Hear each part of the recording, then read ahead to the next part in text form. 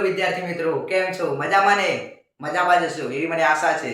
તો વિદ્યાર્થી મિત્રો આજે આપણે અંગ્રેજી ભણવાના છીએ, જેમાં આર્ટિકલ જે ખૂબ જ જરૂરી હોય છે. આપણે અંગ્રેજી વિષય જો શીખવો હોય, જો પાયો આપણો જો બેઝ છે તે પાકો કરવો હોય, આપણે અંગ્રેજી વિષયમાં બેઝ પાકો કરવો હોય તો આર્ટિકલ શીખવું ખૂબ જ જરૂરી છે. જે દરેક જગ્યાએ ઉપયોગ થતું જ હોય છે. તેથી હું તમને આજે બેઝિક રીતે સરસ રીતે તમને આર્ટિકલ આજે શીખવીશ. તમે ધ્યાનથી શીખજો. આ આપણે આર્ટિકલ એક મુદ્દો છે તેને આપણે શીખવાના છીએ, જે અંગ્રેજી ભાષામાં 26 મૂળાક્ષરો હોય છે.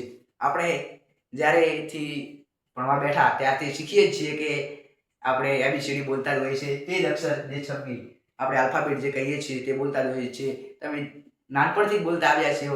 એ B C D E F G H I J K L M N O P Q R S T U V Z X Y Z. ભૂલ કરીને તમે કોમેન્ટમાં લખજો શું ભૂલ કરી.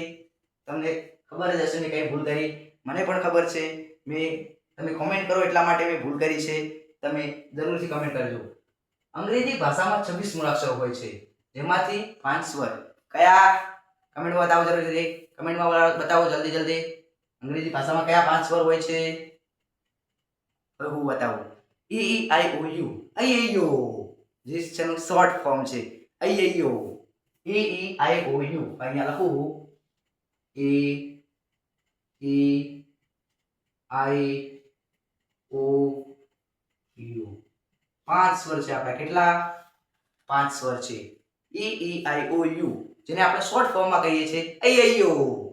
હવે તેમાંથી 21 વ્યંજન હોય છે, જે એ ઈ આઈ ઓ યુ સિવાયના જેટલા જ આલ્ફાબેટમાં અક્ષર છે તે 21 વ્યંજન છે.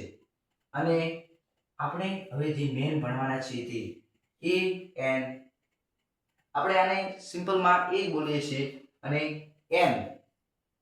અમુક વિદ્યાર્થી મિત્રો એમ બોલશે કે આ તો એ એન છે. એ એન નહીં, આને એન કહેવાય. શું કહેવાય? એન. અને આને કહેવાય ધ.